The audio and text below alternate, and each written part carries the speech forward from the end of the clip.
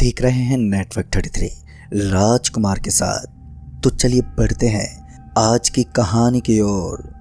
दोस्तों, मेरा नाम विजय है और मैं आपको बताना चाहूँगा कि मैं उत्तराखंड में रहता हूँ। ये घटना उन दिनों की है जब मैं अपने बाबूजी के साथ एक भाड़े के घर में रहता था।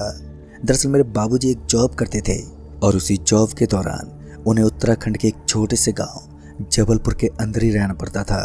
वो एक ट्रक ड्राइवर थे, लेकिन फिर एक दिन मेरे बाबूजी के साथ उनका खलासी नहीं था तो मुझे उनके साथ जाना पड़ा। तो आइए जानते इस सफ़र से जुड़ा हुआ एक रोमांचक और डरावना किस्सा। दोस्तों, मेरे बाबूजी जिस कंपनी के अंदर जॉब करते थे वो कंपनी उन्हें हर महीने की एक अच्छी सैलरी देती थी। ऐसे में बाबूजी को उसी सैलरी में से खलासी को भी देना पड़ता था। लेकिन एक दिन अचानक ही हमारे बाबूजी के खलासी की तबीयत एकदम से बिगड़ गई और उसकी तबीयत बिगड़ने की वजह से सारा का सारा काम उलट पुलट होने लगा, और जिसके चलते मेरे बाबूजी ने मुझे खलासी बनने को कहा। उन दोनों मेरी उम्र ज़्यादा तो नहीं थी, लेकिन मैं 20 साल के करीब का हो गया था, तो मुझे हमेशा भला बुरा सुनना पड़ता था, क्योंकि मेरे बाबूजी कहते थे कि तुम पूरे दिन घर में ही पड़े रहते हो, कुछ काम धंधा भी कर लिया करो। फिर मैंने सोचा कि चलो आज एक अच्छा मौका है, खलासी बनकर ही काम करता हूँ। उन दिनों मेरी भी कॉलेज की पढ़ाई चल रही थी, तो ऐसे में पढ़ने को भी साला टाइम नहीं मिलता था। ऊपर से बाबूजी के तानों ने मुझे काफ़ी ज़्यादा विचलित कर रखा था। फिर उसके बाद मैं और बाबूजी वहाँ से डिलीवरी करने के लिए निकल पड़े। कंपनी के मालिक ने हमें बताया था कि जिस जगह पर डिलीवरी करनी है वो यहाँ से 128 किलोमीटर दूर है। 128 किलोमीटर दूर होने का मतलब यही था कि पूरे सफ़र के दौरान मुझे घुटन होने वाली थी। ऊपर से साधनों के अंदर बैठने के बाद मुझे उल्टी होने का मन भी करता है, क्योंकि मुझे गाड़ी और साधन में बैठना कुछ ठीक नहीं लगता और मुझे अजीब सा लगता है, जिस वजह से मुझे तो ये सफ़र बहुत ज़्यादा मुश्किल लगने वाला था। अंधेरी रात में इस समय बाबूजी ट्रक ड्राइव कर रहे थे और मैं उनकी एक बगल वाली सीट पर बैठा हुआ था। इसी बीच मेरे और बाबूजी के बीच उस रास्ते के बारे में कुछ बातें होने लगी।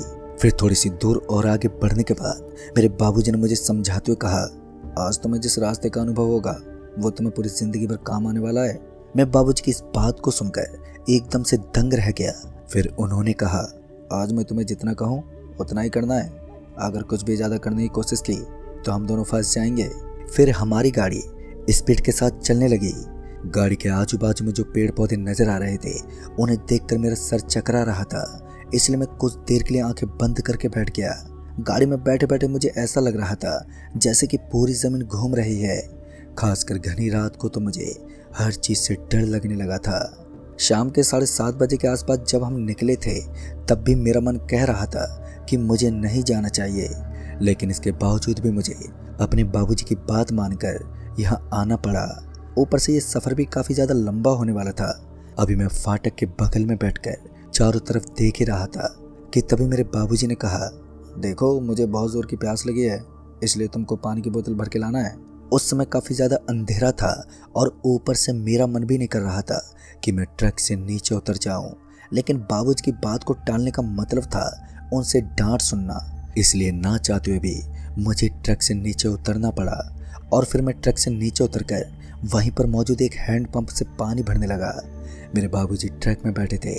तभी मेरे बाबूजी मुझे आवाज़ देते हुए अपने पास बुलाने लगे, और जब बाबूजी की हरकत मैंने देखी तो मैं उनको एकटक घूरने लगा। मेरे बाबूजी अपने हाथ से इशारा कर रहे थे और वो मुझे जल्दी से ट्रक में बैठने का इशारा कर रहे थे, लेकिन मैं उनके इन इशारों को ठीक से समझ नहीं पाया और पूरी तरह से पानी की बोतल भरने के बाद ही वहाँ से निकल पड़ा। उसके बाद जब मैं उस पानी की बोतल को लेकर ट्रक के पास पहुँचा तो उन्होंने जल्दी से दरवाज़ा बंद किया और जल्दी से विंडो को भी एकदम से बंद कर दिया। अपने बाबूजी को इस तरह की हरकतें करता देख मेरा दिमाग खिसक रहा था, क्योंकि वो किसी पागल की तरह बर्ताव कर रहे थे। उन्होंने मेरे ऊपर भड़कते हुए कहा, तुम्हारा दिमाग तो ठीक है ना? मैंने तुम्हें कहा था ना कि जल्दी से लौट आओ, लेकिन तुम वहाँ पर कर क्या रहे थे? तुम जानते भी हो इस रास्ते में कौन रहता है? बाबूजी की बात सुनकर मैं उनकी तरफ देखते हुए बोला, लेकिन बाबूजी मैं तो पानी की बोतल भरते ही वहाँ से लौट आया था। तभी उन्होंने कहा कि उस हैंडपंप के पास तुम्हें कोई नज़र नहीं आया? तो मैंने उन्हें मना कर दिया कि मुझे तो उस जगह पर मेरे अलावा कोई भी दिखाई नहीं दिया था, लेकिन आप ऐसा क्यों पूछ रहे हो? तो उन्होंने कहा, उस हैंडपंप के पास मुझे एक महिला दिख रही थी और वो महिला अपने हाथ में केतली लिए खड़ी थी। ये सुनकर मैं बाबूजी पर हंसते हुए बोला, अरे बाबूजी लगता है आपने कोई हॉरर मूवी देख ली है, इसलिए आपको ऐसा लगता है। लेकिन बाबूजी तो मेरे ऊपर भड़कते हुए बोले, ज़्यादा उछल मत और चुपचाप बैठे रहो। फिर उसके बाद हम वहाँ से निकलने लगे। बाबूजी अपने पानी की बोतल गटकी रहे थे कि तभी उन्होंने पानी की बोतल को एकदम से विंडो से बाहर फेंक दिया। और जब मैंने बाबूजी की इस हरकत को देखा तो मैं बहुत ही ज़्यादा हैरान हो गया था। मुझे तो समझ ही नहीं आ रहा था कि बाबूजी ने भला ऐसा क्यों किया, क्योंकि पानी की बोतल मैं बड़े ही मुश्किल से भर के लाया था। फिर उन्होंने इतनी जल्दी से बाहर क्यों फेंक दी। इससे पहले कि मैं बाबूजी से कुछ पूछ पाता कि उनके मुंह से खून टपकने लगा। और ये देखकर मुझे कहीं ना कहीं समझ में आ गया था कि यहाँ कुछ तो अजीब है जो हमारी सोच से परे था। कुछ दूर आगे जाने के बाद बाबूजी ने हमारी ट्रक की हेडलाइट को एकदम से बंद कर दिया और अब हमारी ट्रक उस घनघोर रात में सड़क पर अंधेरे के अंदर ही चल रही थी। सामने की तरफ से आने वाली गाड़ी और बाकी साधन भी अब नजर नहीं आ रहे थे। सब कुछ मानो अंधेरे की चादर से लिपट गया था। एकदम गहरा अंधकार छा गया था। जितना मुश्किल बाबूजी को ट्रक ड्राइव करने में हो रहा था, उतना ही मुश्किल मुझे ये सब देखने में हो रहा था, क्योंकि मैं घबरा रहा था कि कहीं ट्रक किसी चीज़ से ना टकरा जाए। लेकिन फिर मैंने अपने बाबूजी के दिमाग को भी देखा। दरअसल बाबूजी की ट्रक अंधेरा होने के बावजूद भी काफ़ी सही से रोड पर चल रही थी और ये चीज़ मुझे भी हैरान कर रही थी। फिर उसके बाद बाबूजी ने अपने ट्रक के हॉर्न को बजाना शुरू कर दिया। उन्होंने काफ़ी देर तक ट्रक के हॉर्न पर अपना हाथ दबाए रखा, जिससे वहाँ ट्रक का हॉर्न गूंजने लगा। फिर उसके बाद मैं और बाबूजी थोड़ा सा और आगे गए ही होंगे कि तभी मेरे बाबूजी ने कहा, बेटा अब अपनी आंखें बंद कर लो, क्योंकि अब जो होगा वो तुम देख नहीं पाओगे। बाबूजी की बात सुनकर मैंने झट से अपनी आंखें बंद कर ली, क्योंकि उन्होंने मुझे पहले भी कहा था कि मुझे वही करना है जो मुझे बाबूजी बताएंगे। उसके बाद मैं और बाबूजी थोड़ा सा और आगे गए ही होंगे कि तभी मेरे बाबूजी ने कहा, बेटा अब आंख बंद कर लो। और जैसे मैंने अपनी आंखें बंद की और तभी बाबूजी की सांस बहुत तेज चलने लगी। मेरे दिल की धड़कन भी अब तक इतनी ज़्यादा बढ़ रही थी कि मैं मन ही मन अपने तेज गति से धड़कते कलेजे को सुन सकता था। बहुत तेज हॉर्न देते हुए ट्रक आगे निकलने लगी। फिर कुछ देर के बाद ही जब ट्रक एक सड़क को क्रॉस करते हुए एक मोड़ के पास पहुंची तो वहां पर बाबूजी ने ट्रक थाम दी। और उसके बाद जैसे ही ट्रक रुकी तो मैंने झट से अपनी आंखें खोल दी। जैसे ही मैंने अपनी आंखें खोली तो मैंने देखा कि बाहर की तरफ मुझे 2 से 3 जने खड़े नजर आ रहे थे और उन सभी को देखकर मैं हैरान था। लेकिन फिर मेरे बाबूजी ने मुझे एक जोरदार चांटा मारा और मेरी आंखों के सामने अपना हाथ दे दिया।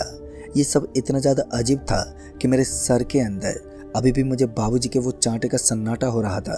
कुछ देर के बाद ही बाबूजी की ट्रक फिर से स्टार्ट हुई और मैं अब आंख भी नहीं खोल सकता था। फिर मेरे बाबूजी ने धीमी आवाज़ में कहा, तुमने तो गलती कर दी जो हमें आते वक्त परेशान करेगी, वरना आते वक्त पूरा रास्ता साफ हो जाता। लेकिन आज कुछ हमारे साथ गलत हो सकता है। इतना कहने के बाद उन्होंने एक मेरी आंख के सामने से अपना हाथ हटा दिया। जैसे तैसे हम उस भयानक रास्ते को पार करते हुए वहाँ से आगे निकल गए। लेकिन उसके बाद जब हम उस रास्ते को पार करके वहाँ से आगे निकले तो हम डिलीवरी वाली जगह पर पहुँच गए। हमने सोचा कि आज रात हम यहीं पर रुक जाएंगे, लेकिन उसके बाद मालिक को पता नहीं ऐसा क्या जचा कि उसने फ़ोन करके बता दिया कि हमें आज रात ही वापस लौटना होगा, क्योंकि यहाँ ट्रक की सख्त ज़रूरत है। जब मालिक ने ऑर्डर कर ही दिया था तो अब ट्रक को पहुँचाने का काम भी बाबूजी का था। तो हमने ना चाहते हुए भी सारे सामान को उतार कर अब वहाँ से वापस निकलना था। फिर वहाँ के दुकानदार को बुलाकर हम सारा सामान उतारने लगे और उसके बाद सामान उतारते उतारते बाबूजी और उसके दुकानदार के बीच किसी रास्ते को लेकर कुछ चर्चाएं होने लगी। हालांकि उस वक्त मैंने उनकी बातों में ज़्यादा ध्यान नहीं दिया था। फिर उसके बाद हमने सारा सामान उतार दिया तो बाबूजी ने बताया कि यहाँ से दूसरा रास्ता निकलता है, लेकिन उस रास्ते के बारे में ना ही तो मैं ठीक से जानता था और ना ही बाबूजी उस रास्ते को जानते थे। ऐसे में हमें उसी रास्ते से वापस लौटना था जिससे हम यहाँ आए थे। उसके बाद जैसे हम वापस निकलने लगे तो उस दुकानदार ने हमें सुझाव देते हुए कहा, भाई साहब ज़रा संभल कर जाना, रास्ते में काफ़ी दुविधाएं आएंगी जो आपको हानि पहुंचा सकती हैं। उस दुकानदार की बात सुनकर मैं थोड़ा डर गया था, क्योंकि आते वक्त ही मैंने जिन चीज़ों का एहसास किया था वो किसी दहशत से कम नहीं थी। और अब तो बाबूजी ने भी बताया था कि जाते वक्त भी हमारे ऊपर खतरों का कहर मंडराने वाला है, जिस वजह से मैं और भी ज़्यादा डर गया था। लेकिन फिर मैंने सोचा कि अब जो भी होगा वो देखा जाएगा। उसके बाद मैं और बाबूजी ट्रक लेकर निकल पड़े। अब हमारी ट्रक की स्पीड धीरे धीरे बढ़ रही थी, तो वैसे मेरे दिल की धड़कन भी लगातार धड़के जा रही थी। इस बार बाबूजी ने बताया कि मुझे अपनी आंख बंद नहीं करनी है, क्योंकि इस रास्ते के अलग अलग नियम हैं। जैसे कि आते समय खलासी को अपनी आंखें बंद करनी होती है, और सुना है कि बंद आंखों के साथ कोई भी माया इतनी जल्दी से किसी इंसान को छल नहीं कर सकती। इसलिए ही मेरे बाबूजी ने मेरी आंखों को बार बार बंद करवा रहे थे। फिर उसके बाद हम दुकान से निकले और लगातार 1-1.5 घंटे के बाद हम एक सुनसान पड़ी सड़क पर पहुंच गए। ये वही सड़क थी जहां कयामत छाई हुई थी और जहां पर हमने पहले भी दहशत को देखा था। हम बड़ी सावधानी के साथ आगे जा रहे थे, तभी मुझे ट्रक के डिवाइडर के ऊपर एक पानी की बोतल पड़ी हुई नजर आई। जब मैंने ध्यान से देखा तो मुझे पता चला कि ये वही पानी की बोतल थी जो बाबूजी ने आते वक्त रास्ते में फेंक दी थी। लेकिन इस वक्त पानी की बोतल को ट्रक में इस तरह गिरा हुआ देखकर मैंने बाबूजी को हाथ लगाते हुए कहा, बाबूजी ये पानी की बोतल तो आपने कुछ देर पहले ही नीचे फेंक दी थी, फिर ट्रक में कैसे आ गई? जैसे ही बाबूजी ने उस पानी की बोतल को देखा तो उनका पूरा चेहरा सफ़ेद पड़ गया, मानो उन्होंने कुछ अजीब देख लिया हो।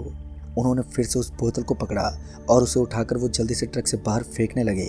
जैसे ही बाबूजी ने विंडो खोलकर उस बोतल को बाहर फेंका तो मैंने देखा कि अब उस बोतल का रंग बदल चुका है। वो पानी की बजाय अब खून के रूप में तब्दील हो गई थी। उस बोतल का इस तरह का रंग रूप देखकर मेरे तो रोंगटे खड़े हो गए। अब मुझे भी समझ में आ गया था कि जिस हैंडपंप से मैंने पानी भरा था ये सब उसी की वजह से हो रहा है। जब मैंने बाबूजी से पूछा कि इन सब की वजह वो हैंडपंप है तो उन्होंने भी बताया कि उस हैंडपंप के पास कुछ तो ऐसा था जो हम दोनों की सोच से परे था। फिर कुछ दूर आगे जाने के बाद ट्रक के सामने हमें एक आदमी अपना हाथ हिलाता हुआ नजर आया। पता नहीं क्यों, लेकिन उस वक्त बाबूजी ने उस आदमी के सामने ट्रक को रोक लिया। जैसे ही ट्रक उस आदमी के सामने जाकर रुकी तो वो आदमी थोड़ा ऊपर होते हुए बोला, अरे भाई साहब, मुझे यहीं पास वाले गांव तक जाना है, अगर छोड़ दोगे तो आपका भगवान भला करेगा। फिर उस आदमी की बात सुनकर बाबूजी ने कहा, अच्छा ठीक है, और जो आपके हाथ में सामान का थैला है इसे ट्रक के पीछे वाले हिस्से में रख दो। ये कहकर बाबूजी शांत हो गए। उसके बाद में और बाबूजी उस आदमी के ट्रक में आने का इंतजार करने लगे, लेकिन काफ़ी देर बीत जाने के बाद भी वो आदमी ट्रक के अंदर दाखिल नहीं हुआ। तो हम दोनों सोचने लगे कि अब वो आदमी पल भर में कहाँ पर गायब हो गया। अभी हम यही सोच रहे थे कि तभी बाबूजी ने झट से ट्रक का दरवाज़ा खोला और फिर वो नीचे कूद गए। मैं भी ट्रक के अंदर भला अकेला कहाँ रुकने वाला था और मैं भी बाबूजी के पीछे पीछे ट्रक से नीचे कूद गया। और फिर हम दोनों जैसे ट्रक के पीछे पहुंचे तो हमने देखा कि अब हम दोनों को ही ट्रक के पीछे कुछ दिखाई नहीं दे रहा था। वो आदमी पता नहीं कहाँ, लेकिन कुछ ही पल के अंदर ही वहाँ से कहाँ गायब हो गया। इस बात ने हम दोनों को ही हैरान कर दिया। तभी बाबूजी ऊपर से चढ़ते हुए ट्रक के पीछे वाले हिस्से में देखने लगे तो उन्हें ट्रक के अंदर एक पोटली नजर आई। वो पोटली कपड़ों से ढकी हुई थी तो उसमें कुछ दिखा नहीं। ऊपर से पीछे की तरफ काफ़ी ज़्यादा अंधेरा छाया हुआ था, तो हमें ये मालूम नहीं पड़ रहा था कि आखिर ट्रक के पीछे जो पोटली रखी हुई है उसमें है क्या। बाबूजी से रहा नहीं गया, वो सीधा उस पोटली के पास गए और फिर जैसे उन्होंने उस पोटली को खोलने की कोशिश की तो उन्हें उसके ऊपर एक चिट्ठी पड़ी हुई नजर आई। बाबूजी इस पोटली को देखते समझ चुके थे कि इसमें कुछ तो खोट है, वरना यहाँ इतनी रात को भला कौन अपनी पोटली एक सुनसान ट्रक के अंदर रख कर जा सकता है। उसके बाद जब बाबूजी ने उस पोटली के ऊपर रखी हुई चिट्ठी को पढ़ा तो उसमें लिखा हुआ था कि इस पोटली को दंगा घाट के पास वाले कुएं के अंदर फेंकना है। उसमें एक अच्छी बात यह थी कि वो कुआं सड़क के किनारे बना हुआ था, तो उस कुएं के अंदर पोटली गिराने में कोई ज़्यादा दिक्कत नहीं थी। लेकिन उसके नीचे जो था उसे पढ़कर तो हम दोनों के रोंगटे खड़े हो गए। उसके नीचे लिखा हुआ था कि ये पोटली मांस और खून से लदी हुई है, जितना जल्दी हो सके इसे इस कुएं तक पहुंचा दो, वरना कोई शैतान तुम्हारे साथ साथ इस ट्रक को भी जलाकर राख कर देगा। उस चिट्ठी के ऊपर लिखी हुई इस बात को देखकर मेरे और बाबूजी दोनों के रोंगटे खड़े हो गए। पहले तो हमें लगा कि शायद कोई हमारे साथ कोई घिनौना मजाक कर रहा है, लेकिन उसके बाद जैसे ही बाबूजी ने उस पोटली को उठाया और वो उसे बाहर की तरफ फेंकने लगे तो पता नहीं कैसे, लेकिन उस पोटली के अंदर से सफ़ेद रंग का धुआं निकलने लगा। फिर अचानक ही बाबूजी की नज़र वहीं पर बैठी सफ़ेद साड़ी वाली एक महिला पर पड़ी, और जब मैंने भी उस महिला को देखा तो मेरा पूरा शरीर थर-थर कांपने लगा। हम दोनों की हालत पतली पड़ती जा रही थी। हम दोनों को समझ में नहीं आ रहा था कि अब हम करें तो करें क्या। तभी बाबूजी ने कहा, तुम जल्दी चलो और ट्रक के अगले हिस्से में बैठ जाओ। उसके बाद बाबूजी की बात सुनकर मैं जल्दी से भागा और भागते हुए ट्रक के ड्राइविंग हिस्से में पहुंच गया। बाबूजी मेरे पीछे पीछे भागने लगे और जब हम ट्रक के अंदर बैठ गए तो हमें ट्रक के सामने वाले कांच पर किसी के लंबे लंबे बाल नजर आने लगे। मुझे यकीनन ये तो पता चल गया था कि ये बाल उसी भयानक महिला के हैं जो सफ़ेद साड़ी पहने हैं। तभी मेरे बाबूजी ने कहा, इस भयानक चुड़ैल से बचना आसान नहीं है। अगर इससे बचना है तो हमें यहाँ से जल्दी निकलना होगा। लेकिन जैसे बाबूजी ने ट्रक स्टार्ट करके वहाँ से निकलने की कोशिश की तो उस चुड़ैल के बालों ने हमारे ट्रक के कांच को पूरी तरह से ढक लिया और अब हमें सामने की तरफ नजर आने वाला नज़ारा देखना भी बंद हो गया था। मैं और बाबूजी पूरी तरह से टेंशन में आ गए थे। हम दोनों का शरीर भी अब हमारा साथ नहीं दे रहा था, पूरे शरीर में कंपन हो रहा था। बाबूजी ने ट्रक को वहीं रोक दिया। तभी हमारे कान में एक बेहद भयानक आवाज़ आई, इस पोटली को उस कुएं के अंदर डाल देना। अगर तुमने ऐसा नहीं किया तो तुम्हारा ट्रक और तुम भी जलकर खाक हो जाओगे। उस महिला की चेतावनी ने हमें और भी ज़्यादा डरा दिया था और उस पोटली को उस कुएं के अंदर डालने के लिए मजबूर कर दिया। लेकिन फिर हमें उस चिट्ठी से ये भी पता चला कि जो भी इंसान उस कुएं के अंदर पोटली डालने की कोशिश करता है या फिर उसके अंदर पोटली को डाल देता है तो उसकी मौत हो जाती है। महज कुछ ही पलों में वो आदमी भी किसी सफ़ेद साड़ी की तरह सूख जाता है, यानी कि पूरा का पूरा खून सूख जाता है और वो भी लाश के रूप में बदल जाता है। अब हमारे सामने दुविधा खड़ी हो गई थी कि अब हम करें तो करें क्या, क्योंकि हमने इस पोटली को कुएं में नहीं डाला तो फिर हमारा मरना तय था। जिस आदमी ने हमें पोटली थमाई थी वो एक नॉर्मल इंसान था जिसने हमें चकमा देकर हमें इस बुरे संकट में फंसा दिया था। खासकर हम पहले भी उस औरत को देख चुके थे क्योंकि हमने उसके हैंडपंप के साथ छिड़कानी की थी और कहीं ना कहीं वो कुआं भी उस हैंडपंप के अगल बगल में ही था, यानी कि वो पूरा इलाका इसी चुड़ैल का था। मगर चेतावनी देने के बाद उस औरत का दिखना बंद हो गया और फिर वो एकदम से गायब हो गई। उस औरत के गायब होते ही ट्रक के सामने का नज़ारा दिखने लगा। मैं और मेरे बाबूजी हम दोनों पूरी तरह से अब परेशान हो चुके थे। हमें तो समझ में नहीं आ रहा था कि अब हम क्या करें। जैसे तैसे बाबूजी ने ट्रक को आगे बढ़ाया और सड़क पार करने लगे। जिस कुआं के अंदर इस पोटली को डालना था अब उस कुएं की दूरी यहाँ से महज थोड़ी ही दूर थी, लेकिन बाबूजी ने ट्रक की स्पीड को बढ़ाना शुरू कर दिया। जैसे ही हमारी ट्रक उस कुएं के पास पहुंचने लगी तो ट्रक के अंदर ब्रेक सा लगने लगा। बाबूजी ट्रक को रोकना तो नहीं चाहते थे, लेकिन इसके बावजूद भी ट्रक एकदम से रुकने लगी और फिर वही हुआ जिसका हमको डर था। कुछ दूर आगे जाते ही हमारी ट्रक एकदम से रुक गई और बाबूजी ने ट्रक को स्टार्ट करने की बहुत कोशिश की, लेकिन ट्रक तो स्टार्ट ही नहीं हुई। अब हमारे पास एक आखिरी रास्ता बचा था, इस पोटली को इस कुएं के अंदर डालना ही होगा। मेरे बाबूजी उठे और अपनी आंखों में आंसू लिए उस पोटली को अपने कंधे पर उठाकर उस भूतिया कुएं की तरफ चल पड़े। अभी मैं भी अपने बाबूजी के पीछे पीछे चलने ही वाला था कि उन्होंने दरवाजे को बाहर से कस के लॉक कर दिया और मुझे ट्रक में ही कैद कर दिया। अब मैं अपने बाबूजी की जिज्ञासा को समझ गया था कि वो मुझे ट्रक में छोड़कर खुद उस कुएं के अंदर इस पोटली को डाल देंगे और जो भी नुकसान होगा उनके शरीर का ही होगा।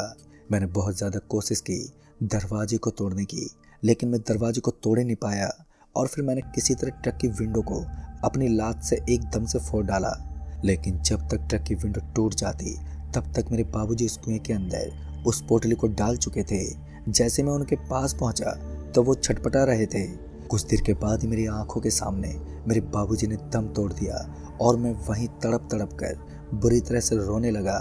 मेरे पास अब और कुछ चारा भी नहीं था, बस मैं अपनी आंख में आंसू लिए वो नज़ारा देख रहा था। मैं बहुत ज़ोर से रोता और चिल्लाता रहा तो वहीं से गुजरने वाले कुछ लोगों ने बाबूजी को हॉस्पिटल में पहुंचा दिया।